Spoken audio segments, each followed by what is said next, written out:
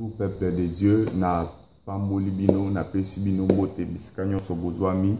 Je pense que na ngolu na Nzambe oyo abateli ngai na yo to moni mukolo ya lelo dimanche et puis Nzambe azana message moko abomisi pona ngai na yo pona édification na biso tozo sambela pona toyoka liloba ya tongwa lelo kolo na biso to pamboli po ete ozali bolingo mawa na yo nde la musibiso na tongwa lelo otindeli biso liloba po ebikisa biso to sempo kangola mapre liloba o na kombo na Yesu amen.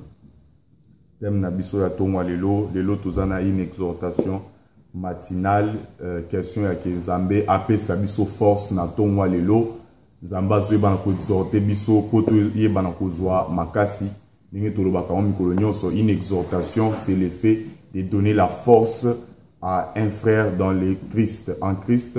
La Bible dit que l'effort puisse fortifier le faible. Ce matin, le fort qui est le Saint-Esprit va nous fortifier, nous les faibles qui vivons dans la chair, par ce thème, la respiration et la louange. Le thème de l'exhortation matinale d'aujourd'hui, c'est la respiration et la louange. Le Saint-Esprit voudrait donner de la force à tout racheter par la croix, à tout enfant de Dieu, partout où nous sommes, durant ces durs moments qui traversent l'humanité. Le Saint-Esprit voudrait nous communiquer une force, et la force se communique par la parole du Saint-Esprit. Nous avons tiré notre thème dans les passages de Psaume chapitre 150, verset 6. Psaume 150, verset 6. Les Écritures nous disent que tous ceux qui respirent louent l'Éternel. Louez l'Éternel. Et tous ceux qui respirent louent l'Éternel. Louez l'Éternel. Dans cette portion de l'Écriture, nous retenons que seul celui qui respire peut louer l'Éternel. Dans les cas contraires, c'est-à-dire à l'absence de la respiration, il n'y a pas de louange que l'on puisse adorer, adresser à Dieu. Dans Psaume chapitre 150, verset 6, la Bible dit que tous ceux qui respirent louent l'Éternel. Louer l'Éternel, ça veut dire pour louer l'Éternel, nous devons avoir de la respiration. Sans la respiration, nous ne pouvons pas louer l'Éternel. La louange, c'est le fait de dire les mérites de Dieu. C'est le fait de reconnaître le bienfait de Dieu. Nous allons parler de la louange ce matin et de la respiration. Parce que nombreux, nous louons non pas comme il est faux, nous louons mal notre Dieu. C'est pourquoi la Bible dit que Dieu est esprit. Il faut que vous qui les louez, vous qui les priez, vous puissiez les chercher en esprit aussi. C'est pourquoi nous allons parler de la louange et de la respiration sur les plans spirituels. Quelle est cette louange bien faite? La Bible nous dit que pour louer Dieu, nous devons être en vie. Nous devons avoir la respiration. Or, nous savons tous que la respiration, selon Job, Job nous dit, en réalité, dans l'homme, c'est l'esprit, le souffle du Tout-Puissant qui communique l'intelligence. Par là, nous comprenons que le souffle qui est le moteur de la respiration, Job nous dit que ce souffle, c'est le Saint-Esprit. Or, quand nous disons que cette personne respire, en d'autres termes, nous voulons dire que cette personne est en vie. Donc, quand la Bible dit que celui qui respire loue l'Éternel, ça veut dire celui seulement qui est en vie puisse louer Dieu. Mais cette vie que David parle, ce n'est pas une vie charnelle, car la parole de Dieu dit, les paroles de Dieu sont esprit et vie. La vie que Dieu énumère ici, c'est une vie au niveau spirituel. C'est quoi la vie au niveau spirituel? La Bible nous dit, en réalité, dans l'homme, c'est l'esprit, les souffles du Tout-Puissant qui communiquent l'intelligence. Donc, nous comprenons qu'un homme vivant, selon Dieu, c'est celui qui a le Saint-Esprit. C'est pourquoi l'apôtre Paul dit, vous devez vous détacher aux œuvres mortes. Et quand il cite les œuvres mortes, il dit l'impudicité, toutes sortes de péchés. Donc, nous comprenons qu'un vivant, c'est celui qui est en Christ, celui qui est animé par les souffles du Saint-Esprit, celui qui a été renouvelé de l'intelligence. C'est ça, c'est lui, un homme qui respire, un homme qui est en vie. Et ne peut être qu'un vivant qui puisse louer Dieu. Donc, une bonne louange commence par avoir le Saint-Esprit. Or, comment est-ce que nous pouvons acquérir le Saint-Esprit? Comment est-ce que nous pouvons avoir le Saint-Esprit? Le Saint-Esprit, on l'acquiert d'abord par la repentance. Le Saint-Esprit commence par la repentance. C'est pourquoi la Bible dit la sagesse, c'est la crainte de Dieu, c'est le commencement de la sagesse. Or, nous savons tous que la sagesse dans la Bible, c'est le Saint-Esprit. Quand la Bible dit, c'est la sagesse d'en haut, pas la sagesse humaine, pas la sagesse charnelle, pas la sagesse de ce siècle, pas la sagesse de ces forts du monde, mais la sagesse de Dieu, la sagesse d'en haut. Quand on dit la sagesse d'en haut, nous comprenons que la sagesse, c'est le Saint-Esprit. Une sagesse qui ne vient pas t'enseigner les rudiments des hommes, mais une sagesse qui vient t'enseigner le profondeur de la pensée de Dieu. Le Saint-Esprit, c'est ça la sagesse par excellence. Quand on dit que la crainte de Dieu, c'est le commencement de la sagesse, or par crainte, nous voyons fuir le mal. Ça veut dire, lorsque tu te répands, c'est là que commence le processus d'être rempli, d'être envahi, d'être influencé par le Saint-Esprit. Donc, le Saint-Esprit commence avec la repentance. C'est quoi la repentance? Parce que nous ne savons pas exactement c'est quoi la repentance. La repentance, c'est le fait de changer de Dieu, de quitter un Dieu pour aller vers un autre Dieu. Pour nous les croyants, la repentance, c'est de quitter les dieux de ce monde pour s'attacher au véritable Dieu éternel, Jésus-Christ de Nazareth, qui est assis à la droite du Père dans la majesté divine. Pour nous, c'est ça la repentance. Le fait d'abandonner les idoles, le fait d'abandonner les dieux de ce monde pour s'attacher au fidèle et à l'unique créateur qui est notre Dieu, Jésus-Christ de Nazareth. C'est ça la repentance. Je pourrais illustrer cela dans le passage de Ruth, lorsque Ruth dit à Naomi, « Ton Dieu sera mon Dieu ». Or, nous savons tous que Ruth était une Moabite. Ruth, c'est l'image des nations étrangères, des nations païennes.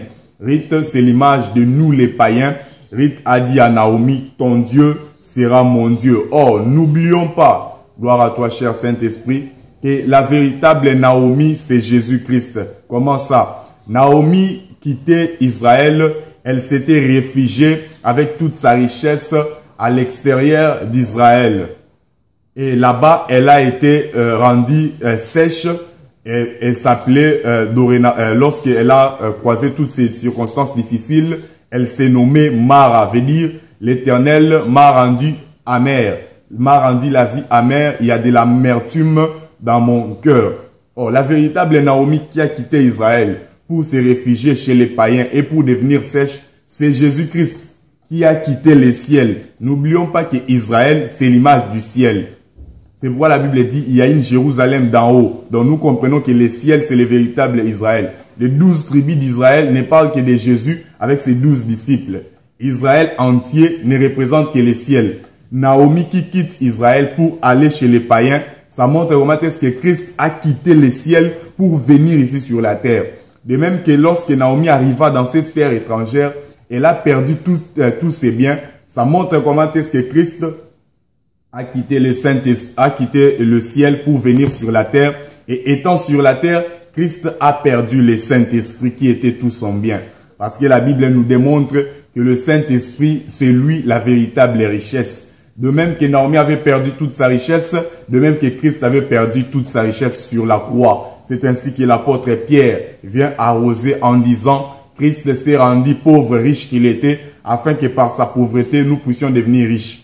Regardez un peu, Naomi était mariée, Naomi avait des enfants, Naomi a tout perdu. Elle a perdu même des choses, des premières nécessités que nous connaissons, les aliments. Elle a tout perdu. Elle était devenue sèche afin que Ruth puisse rencontrer Boaz. Nous voyons comment est-ce que Christ s'est rendu pauvre afin que nous devenions riches. Ça veut dire nous ayons une relation directe avec le Saint-Esprit. C'est pourquoi Naomi a dit que Dieu m'a rendu Mara. Or, celui qui était devenu amer, c'était Jésus-Christ sur la croix. Voilà pourquoi le Saint-Esprit l'avait quitté. Il a dit, Père, Père, pourquoi m'as-tu abandonné? Et la Bible dit, on lui a fait boire du vinaigre. Or, nous savons tous que le vinaigre, c'est le mélange du vin et de l'amertume. C'est ça le vinaigre, le goût amer. Donc nous comprenons que la véritable Mara, que Naomi disait, c'était Jésus-Christ. Or, quand Naomi s'est fait Mara, qu'est-ce que Ruth a dit? Ruth a dit, ton Dieu Naomi sera mon Dieu. C'est ainsi que lorsque Christ s'est fait Mara sur la croix amère, ça veut dire il n'avait plus la douceur de l'esprit, il n'avait plus la présence de son Père en lui. Après sa résurrection, il a dit à Marie de Magdala, va dire à mes frères qui sont aussi, va dire à mes frères que je monte vers mon Père qui est aussi leur Père.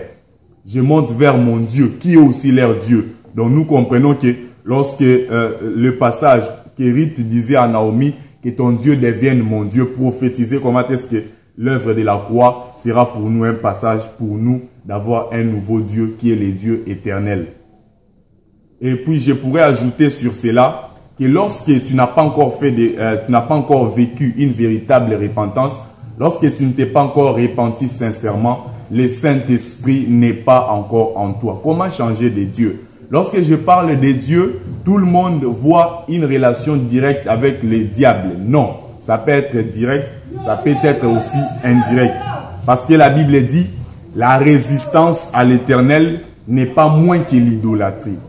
Toi, enfant de Dieu, qui commet des iniquités, tu es en train de taxer les autres, tu es en train de parler que les autres sont mauvais, tu es en train de chercher qui est Illuminati, qui est occultiste, qui est franc-maçon. Tu es en train de chercher qui est le féticheur de ton quartier. Je te dirais, avant de commencer à patrouiller pour savoir qui est le féticheur de ton quartier, pour savoir le malfaiteur qui est dans ton entourage, tu dois d'abord savoir que tu peux aussi être en Dieu, mais le fait pour toi de résister à la parole de Dieu, ou bien tu peux être comme nombreux le disent, je ne suis pas de Dieu, je ne suis pas du diable, je suis au milieu. Oui. Tu peux dire selon toi que tu es au milieu, mais le fait pour toi de ne pas marcher selon les paroles de Dieu, devant Dieu, Dieu te trouve un idolâtre. Devant Dieu, tu es sous l'influence du diable. Être sous l'influence du diable direct, c'est une personne avec conscience qui a entretenu une relation, une alliance avec le diable. Mais être en relation avec le diable indirectement, c'est une personne qui est dans le monde sans le Saint-Esprit, qui n'a pas le fétiche directement comme ça, mais qui est animé par le fétiche par influence. C'est ainsi que lorsque tu es dans la magie, c'est ainsi que lorsque tu es dans la pornographie, c'est ainsi que lorsque tu es dans l'adultère, c'est ainsi que lorsque tu es dans l'impudicité, tout ce qui est interdit, tout ce qui est prohibé par la parole de Dieu, lorsque tu es en train de pratiquer cela, tu es encore dans ce monde. C'est pourquoi ce matin, je t'exhorte de donner une bonne louange à Dieu. Je t'exhorte de louer Dieu dans ton cœur. Je t'exhorte de louer Dieu par l'Esprit. Louer Dieu par l'Esprit, ça veut dire, lorsque tu veux même remercier ton Dieu, lorsque tu veux même parler des biens de ton Dieu, pour que Dieu puisse t'écouter, tu ne dois pas louer Dieu tout en commettant l'impudicité. Tu ne dois pas louer Dieu tout en commettant, en vivant dans la pornographie. Tu ne peux pas louer Dieu tout en vivant dans la masturbation. Tu ne peux pas louer Dieu. Il y a une autre masturbation évoluée sous une autre forme dans laquelle nous pouvons voir un mari qui est lié à sa femme et par peut-être circonstances de la vie, il s'est fait qu'ils sont dans deux milieux de la ville différents. Le mari prend son téléphone et il est sur WhatsApp ou sur quelconque des réseaux sociaux et la femme aussi est connectée à un réseau social. Ils sont en train de se filmer en direct et la femme est en train de faire ses fantasmes. L'homme aussi a du plaisir. C'est de la masturbation. Que ce soit qu'elle soit ta femme légale ou qu'elle ne soit pas ta femme, c'est de la masturbation. Toi qui vis dans de telles pratiques, lorsque tu loues Dieu, ta louange sera nulle et sans effet. Quand on dit que tout celui qui respire, on ne parle pas de l'homme charnel. On ne parle pas de tout celui qui se réveille, il a la respiration. Non. On parle de tout celui-là qui est animé par le souffle du Saint-Esprit. On parle de tout celui-là qui a cru et qui a l'Esprit en lui. On parle de tout celui-là qui s'est repenti, qui a changé de Dieu. Je t'ai dit que changer de Dieu, c'est abandonner le mal. Je t'ai dit que changer de Dieu, c'est vivre dans la sanctification. Je t'ai dit que changer de Dieu, c'est faire ce qui est la volonté de Dieu. C'est ainsi que mon Père dans la foi, l'apôtre Paul, va arroser en disant, ne vous enivrez pas du vin, c'est de la débauche. Soyez au contraire remplis de l'esprit. Entretenez-vous par des psaumes, par des chants, célébrant de tout votre cœur le louange du Saint-Esprit.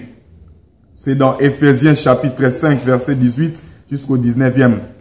En effet, nous ne pouvons jamais prétendre louer Dieu sans le Saint-Esprit.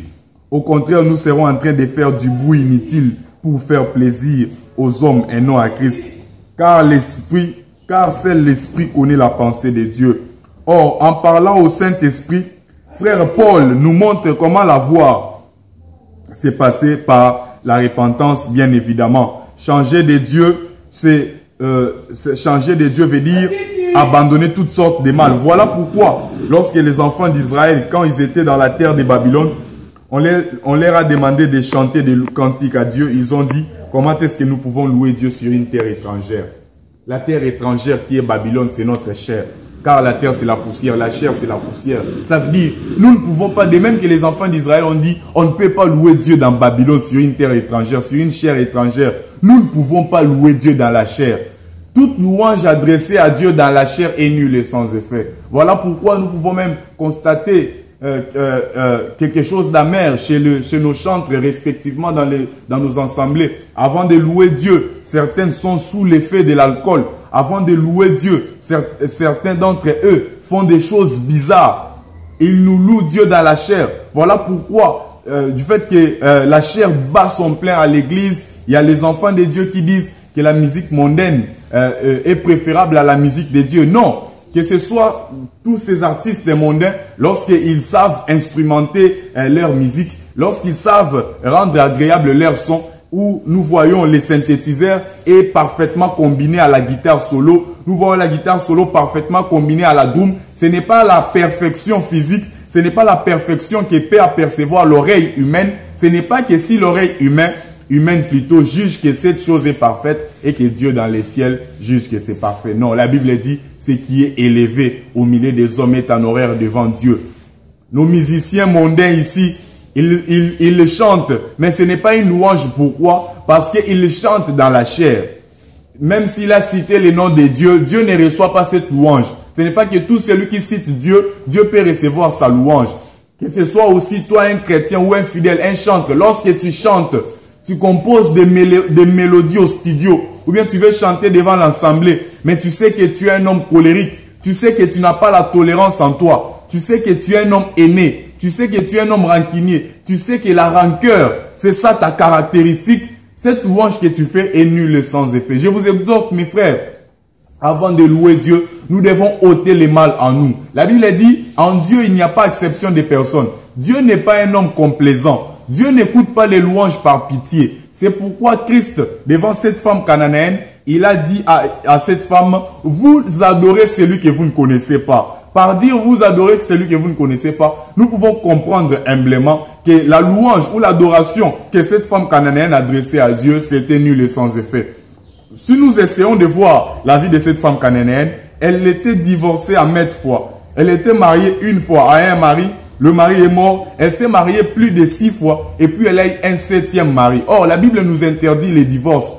Mais la Bible dit, lorsque nous divorçons, nous ne pouvons plus nous marier. Mais cette femme s'est divorcée et puis elle s'est remariée à nouveau. Mais elle était en train de prier. Voilà pourquoi Christ a dit, tu adores mais tu ne connais pas celui qui adore. Ça veut dire tu adores dans la chair. Tu oublies que celui que tu adores, il est en esprit. Adorer dans la chair, ce n'est pas adorer comme ça et que la voix soit entendue charnellement. Non. Adorer dans la chair, c'est une expression qui veut dire tu adores mais tu vis dans les œuvres charnelles. Tu adores mais tu vis dans l'impudicité. Celui-là qui s'est divorcé et qui s'est remarié à nouveau, c'est un impudique. Qu'il soit un pasteur du haut de la chair, qu'il soit un fidèle ou qu'il soit un serviteur ou un prophète, lorsque tu divorces, tu dois rester comme ça. Ou soit tu dois supporter ta femme. Mais lorsque tu divorces et que tu te remaries encore, tu n'es même pas digne de tenir du haut de la chair. Mais nous voyons les gens qui se sont divorcés et se sont remariés à nouveau. Tout le monde voit cette vérité, mais incapable de dénoncer ce mal qui s'est fait au sein de l'église. Voilà pourquoi du fait que les pasteurs sont devenus les premiers qui se divorcent, c'est pourquoi nous voyons les serviteurs lorsque ils ont leurs femmes respectivement, lorsque leurs femmes ne leur plaisent plus ou bien par convoitise, ils voient une autre femme à l'extérieur, ils montent un prétexte, ne fût-ce que pour divorcer avec la femme. Et vous verrez ce genre de serviteurs se tenir du haut de la chair pour annoncer l'évangile, se tenir pour donner des requêtes de louange. C'est une louange charnelle, une louange mondaine, une louange humaine. une louange de ce siècle, une louange diabolique, une louange démoniaque, une louange satanique. Voilà pourquoi nous devons vivre dans la sanctification. Voilà pourquoi nous devons pratiquer les œuvres de l'esprit. Comment louer Dieu en esprit? C'est simple. Tu loues Dieu tout en respectant ton prochain. Tu loues Dieu tout en l'aimant. Tu loues Dieu tout en aimant ton prochain. Je vais souligner une autre chose. Il y a un péché fréquent qui se fait parmi le fidèle, mais qui n'est pas vraiment remarqué. C'est quoi? La Bible dit dans Matthieu, la Bible dit, gardez-vous de pratiquer votre justice. Vous n'aurez pas une récompense auprès de Dieu. Il y a deux sortes de justice. La justice selon Dieu, ça veut dire, lorsque tu viens à l'église, tu te brises, tu es là pour écouter Dieu. Et la justice selon les hommes, ça veut dire, toi qui pries, non pas tu pries en vérité, mais tu pries pour être vu que tu pries. Toi qui te répands, non pas pour vivre une parfaite repentance, mais tu te répands pour que les quartiers sachent que tu t'es repenti. Toi qui viens à l'église, tu pries Jésus, tu confesses Jésus dans ta bouche, non pas en vérité, mais tu confesses pour que la famille, pour que ton entourage soit au courant que tu es en Christ. Je te dirai que ce n'est pas une justice selon Dieu. Ce que tu fais est néant et ta louange sera nulle et sans effet devant Dieu. C'est pourquoi tu peux voir des enfants de Dieu qui font des dons, mais qui sont en train de filmer. Je vous dirai que si tu as fait un don et que tu as filmé, la Bible dit que celui qui fait du bien à son prochain, qui donne avec droite, que la main gauche ne puisse pas savoir. Mais Jésus ajoute pour dire, celui qui fait du bien et qu'il en parle aux autres, il aura aussi sa récompense. Mais ce ne sera pas de même avec celui qui fait du bien et il n'en parle pas. Quand tu fais du bien, tu en parles, tu auras une récompense matérielle. Tu auras la prospérité dans ton travail, la prospérité financière. Mais lorsque tu fais du bien sans parler à une autre personne, tu auras la récompense. Dans ce siècle, tu auras du succès. Tu auras aussi la récompense dans les siècles à venir, la vie éternelle. Voilà pourquoi nous ne devons pas pratiquer notre justice. Nous ne pouvons pas marcher selon nous, mais nous devons marcher selon le Saint-Esprit. Je t'exhorte ce matin d'abandonner le mal, d'abandonner avec la magie. Lorsqu'on te vole, tu pars chez un magicien, il te montre qui a volé, il te donne un bout de papier, il te dit tu vas brûler à midi et puis tu vas commencer à confesser des paroles, des mauvais sorts. Le voleur sera atteint, c'est de la sorcellerie. Tu fais de telles pratiques et puis tu viens à l'église. Si tu loues Dieu, c'est une louange charnelle. Arrêtons de louer Dieu charnellement. Mieux vaut ne pas louer Dieu, être dans l'inconscience, qu'être dans la conscience et louer Dieu charnellement. Tu seras frappé par le Saint-Esprit. Voilà pourquoi j'appelle à tous les enfants de Dieu d'abandonner l'idolâtrie, d'abandonner tout ce qui offense Dieu et que notre louange soit faite en esprit et en vérité et nous aurons les bénédictions de Dieu. C'est ainsi que Christ ajoute pour dire, celui qui élèvera les fils de l'homme, il saura de quoi il est capable. Or, le Fils de l'homme n'est capable que de donner la vie éternelle. Une louange bien faite produit la vie éternelle. Que le Seigneur nous bénisse et qu'il nous aide à saisir ces messages.